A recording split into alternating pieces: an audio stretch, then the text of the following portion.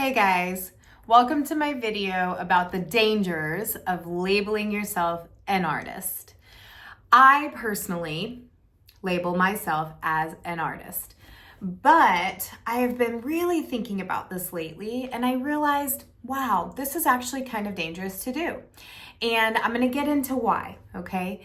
First of all, labels in general, are always a little bit dangerous, right? Like, because the moment you label yourself, everything that comes with it, the stereotypes come with it, the what society has told us is this type of person comes with it. And so the moment you label yourself, I'm a this, the person who hears that hears that you labeled yourself that, already connects you to like 10 different things or more. And some of them are positive, but there's also some negatives in there. And so, I feel like I'm an artist gets used a lot as a label. Like, we label ourselves artists a lot. And artists are usually extremely proud to label themselves an artist. I know this because I am an artist and I am proud to be an artist. But the danger is that when we do that, we're taking on all of it, good and bad, unless we are conscious about it, okay? And so let's talk about the good things. What does the label of an artist mean? Yeah, artists are cool, right? Have you ever met an artist that you're not just like, yeah, you are so cool? Artists are also super fun to hang around. Yeah, they're just down to earth. They don't take themselves too seriously. Like, artists are notoriously fun, okay? They usually dress cool, right? They like get to wear what they want. They look really nice. Like, everything's thought out. It's put together. They usually look really cool. So they get to dress cool. Oh, the label artist is almost like a huge label of permission to do whatever you want, right? Because let's be honest, nobody expects artists to be normal. Like, nobody. They're like, oh, that's an artist. That's why they're a little bit cuckoo. But that's also why they're so fun, right? Like, it's a permission slip to just totally be who you want, however you want to be, and whatever. And you'll just be like, oh, well, I'm an artist. Yeah, you get to write it off with the label, I'm an artist. So being an artist is really cool. They're also really creative. Like, more are coming to me. Sorry, artists are creative and creativity is cool. And there's a lot of people out in the world, believe it or not, who would say, I'm not creative. And that is such a lie, because I personally believe everyone is creative. We are all artists and everyone is creative. It's the thing is to create, and I've done a video on this in the past, to create is a muscle. And so it can get really, really weak. And there's people, that have created so little that muscle is so weak, they don't even know it's there. Yeah. Have you ever been to the gym and you're like working out and you're like, oh my God, I didn't even know I had a muscle right there. There it is. I feel it now. That's how some people are with creation. Okay. They don't think they're creators or they're creative because they haven't used that muscle in so long. Anyway, that's a video for another day. We're all creative, but artists are known to be creative. They're known to be able to evoke things out of other people. They're known to be intellectual because they can have this art piece, but it's like everything they had to think about and go through and feel in order to create that art piece. It's like, that's so intellectual and deep and felt and all of that, which also makes being an artist kind of cool, right? But when there's good things with a label, there's also bad things. And all the stereotypes of an artist are there. So they're flaky. Artists are flaky. You can't count on them. They're here one week. They're not there the next week. Artists are lazy. They only do what they want. If they don't like something, they don't do it. So they're wishy-washy in that discipline side. Yeah. Artists are starving. They're never going to have a sufficient life because, well, they're artists and they care more about their art than anything else. And so it never translates to anything else. And it's just a career that people don't pay for. People don't care about art that much. And, those are some of the negative stereotypes that come around with the label of an artist. And so the moment you take on that label, you have to be really careful that you're not taking it all. Yeah, because you can. Yeah, because it's cool to be an artist. And if you're not conscious about everything that comes with that label and you're going around being like, I'm an artist, I'm an artist, I'm an artist, I'm an artist, and I want to be an artist, it's cool to be an artist. And then next thing you know it, you're flaking, you're a little bit lazy, and you're having trouble getting your art out into the world, and you've become a starving artist. And all of those negative stereotypes have come into your life.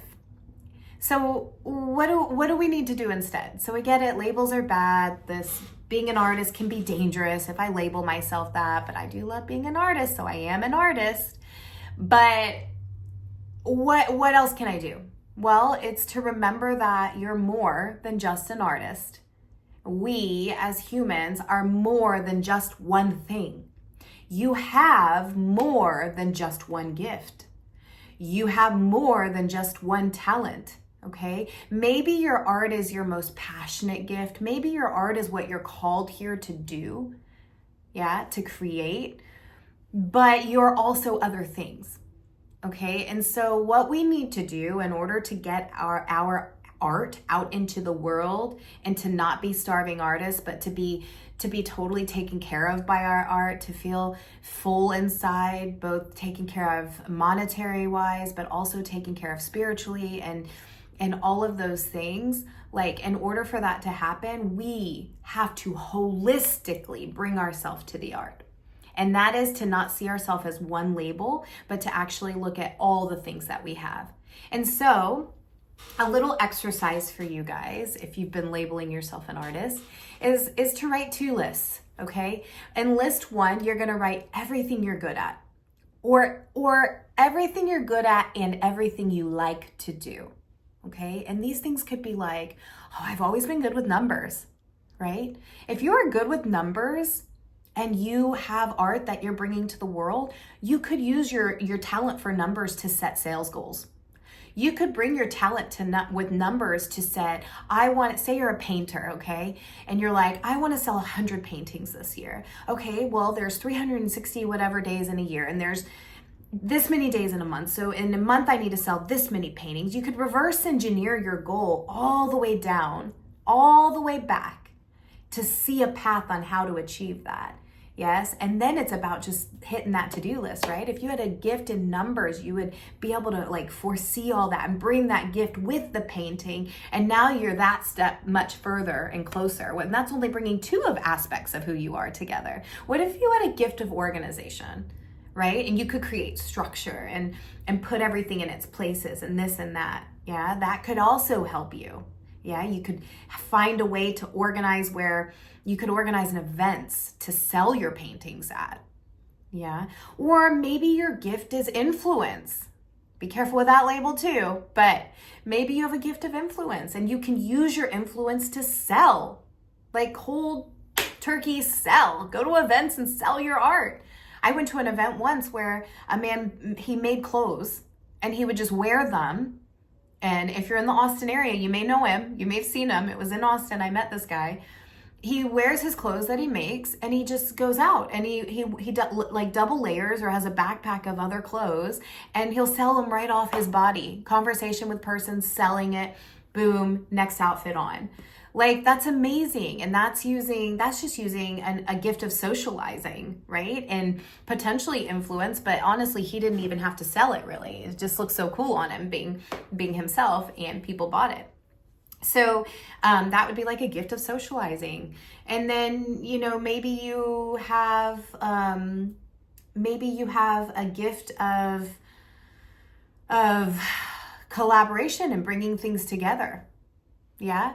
So then maybe you want to bring your art straight away by collaborating with another artist. And you're just really good at working with people. Yeah, collaboration is going to come into your second list as well. But so make your list of everything you know you're good at or you feel like you're good at. Okay. And don't listen to any childhood stories, just what you personally in a moment, what you feel you are good at. Okay. And then I want you to also, write in that list what you like to do as well. Because if you like to do something, you can learn how to do it better. Yeah. So all the things you like to do as well. And then in the second list, we're going to do the opposite. We're going to write all the things we don't think we're good at and the things that we don't like to do. Because then if those come into your big vision of what you want to do with your art, you're going to need to outsource it, or you're going to need to do what? Collaborate with somebody else in order to do that. Yeah. But what you've really got to do is be careful, the danger of labeling yourself the artist and that's what you are, and leaving everything else that you are to the side, because nobody is going to be able to really bring their art out into the world to market, to bring monetary value to themselves, to take care of themselves and this and that, without bringing more to the table, structure and things like that. And people have more than just their art. You are not just one thing. So bring yourself holistically to your art and then bring it out into the world. Thank you guys so much for watching this video. I hope it was helpful to at least one person, and I can't wait to post next week's.